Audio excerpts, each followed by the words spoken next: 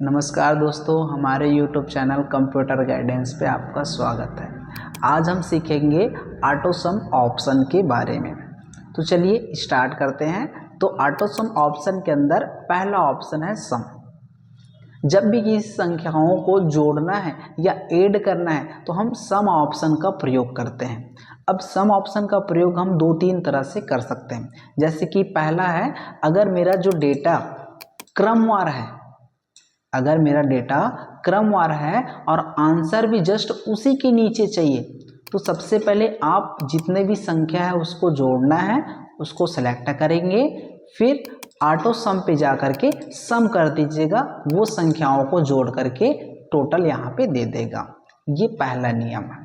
दूसरा नियम क्या है, अगर आपको सूत्र के माध्यम से इसको सॉल्व करना है तो सूत्र के माध्यम से सॉल्व करने के लिए क्या है, देखिएगा।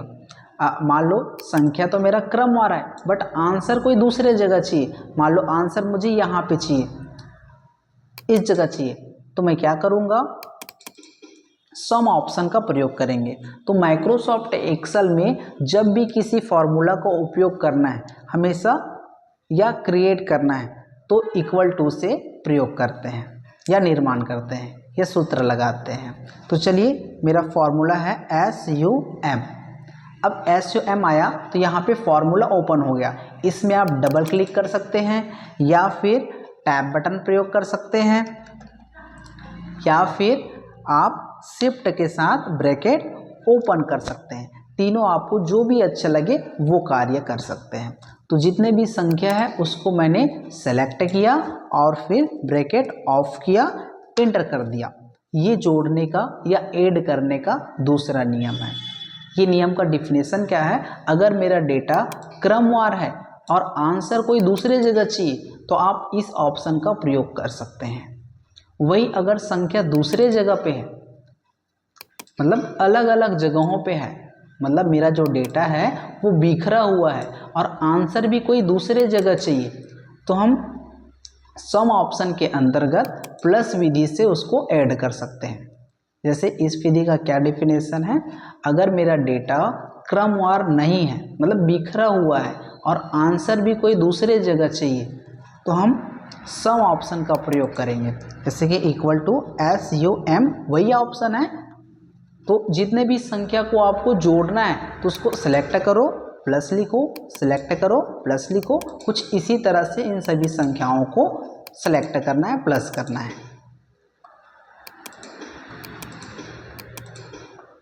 ये ऐसा, और ब्रैकेट ऑफ करके एंटर कर दीजिएगा। तो ये सभी संख्याओं को ऐड कर देगा। ये जोड़ने का थर्ड नियम है। उसी तरह से उसमें एक ऑप्शन और भी है, एवरेज। एवरेज का मतलब होता है औसत, अर्थात मेरे पास जितनी संख्या है उन सभी का योग और जितने में इसको डिवाइड करना है उसकी संख्या। ठीक है, जैसे कि मान लीजिए यहाँ पे इन सभी संख्याओं का टोटल हुआ है 2400। अब इस 2400 को मुझे कितने लोगों में डिवाइड करना है, जैसे कि 6 लोगों में डिवाइड करना है, तो मैं इसे 6 से डिवाइड कर दूंगा। अर्थात औसत का मतलब होता है एवरेज, मतलब बीच की संख्या। तो बीच की संख्या देखने के लिए हम क्या करेंगे, एवरेज ऑप्शन का प्रयोग करेंगे। जैसे मान लीजिए ये सभी A B C D E F, चलिए ये सभी A B C D E F ये सभी आपस में फ्रेंड्स हैं। ठीक है, उसके बाद A के पास है 100 रुपया, B के पास है 200, C के पास है 300 और D के पास है 400 और E के पास है 800, F के पास है 600। और जिसके पास, इन सभी के पास जितना पैसा है उन सभी का बराबर हिस्सा है। अर्थात F के पास 600 है, उसमें इन सभी का भी बराबर हिस्सा है। A के पास जितना रुपया है उसमें इन सभी का भी बराबर हिस्सा है। C के पास जितना रुपया है उसके पास इन सभी का भी बराबर हिस्सा है। अब ये लोग के पास ये इतना टोटल पैसा है। अब इसको ये लोग क्या करेंगे, आपस में बांटेंगे। तो कैसे बांटेंगे, पहले जितना संख्या है उन सभी को जोड़ेंगे, उसके बाद जितने लोगों में डिवाइड करना या बांटना है उनसे भाग कर देंगे। वही होता है एवरेज। तो चलिए एवरेज निकालने के लिए आप सबसे पहले जितने संख्याओं को एवरेज निकालना है उसको सेलेक्ट कर लीजिएगा, फिर एवरेज ऑप्शन में ऑटो सम पे जाइए, एवरेज ऑप्शन में क्लिक कर देंगे तो यहाँ पे एवरेज निकाल देगा। ठीक है, उसी तरह से एक ऑप्शन है काउंट। काउंट मतलब गिनती लगाना, गणना करना, जैसे कि कितना संख्या है 1 2 3 4 5 6, तो ये संख्या को या डेटा में जितनी संख्या रहेगा उसको काउंट करके दे देगा, जैसे कि ये काउंट।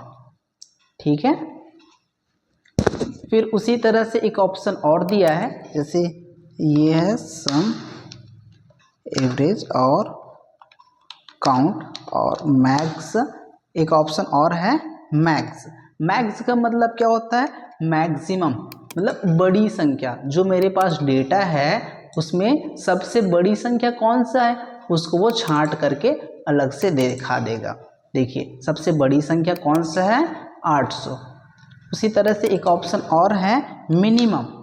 मिनिमम को मतलब न्यूनतम, छोटी संख्या। जो मेरे पास डेटा है उसमें सबसे छोटी संख्या कौन सा है उसको ये भी फाइंड करके दिखा देगा।